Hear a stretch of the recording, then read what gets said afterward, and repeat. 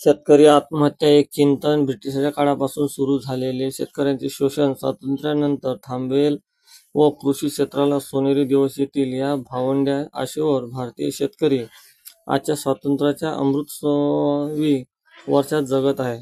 पण शासनाच्या चुकीच्या धोरणामुळे त्यांच्या या आशेवर पाणी फिरल्याने तो आत्महत्येसारखे चुकीचे पाऊल उचलत आहे. भारतासारख्या कृषीप्रधान देशात होणाऱ्या शेतकरी आत्महत्येचे वाढते आकडे ही देशाच्या भविष्यासाठी फार मोठी धोक्याची घंटा आहे. या विषयासंबंधी माहिती गोळा करावी आणि त्यावर काही उपाययोजना करावी या हेतूने शासनही विविध विकास योजनांच्या माध्यमातून प्रयत्न करत आहे.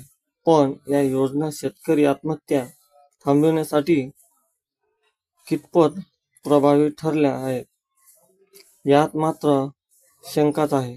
ज्या शेती व्यवसायावर व इतर सारा विकास अवलंबून आहे, जो शेतकरी शेतात राबतो म्हणून आपणास अन्न मिळतो, तो शेतकरी राजा स्वतःच्या जीवाचा, कुटुंबाचा विचार न करता एवढा टोकाचा निर्णय कसा घेऊ शकतो? स्वतःला संपवताना त्याला परत एकदा विचार करावासा का वाटत नाही? स्वतःला संपवून त्याच्या कुटुंबाच्या समस्या संपतात का?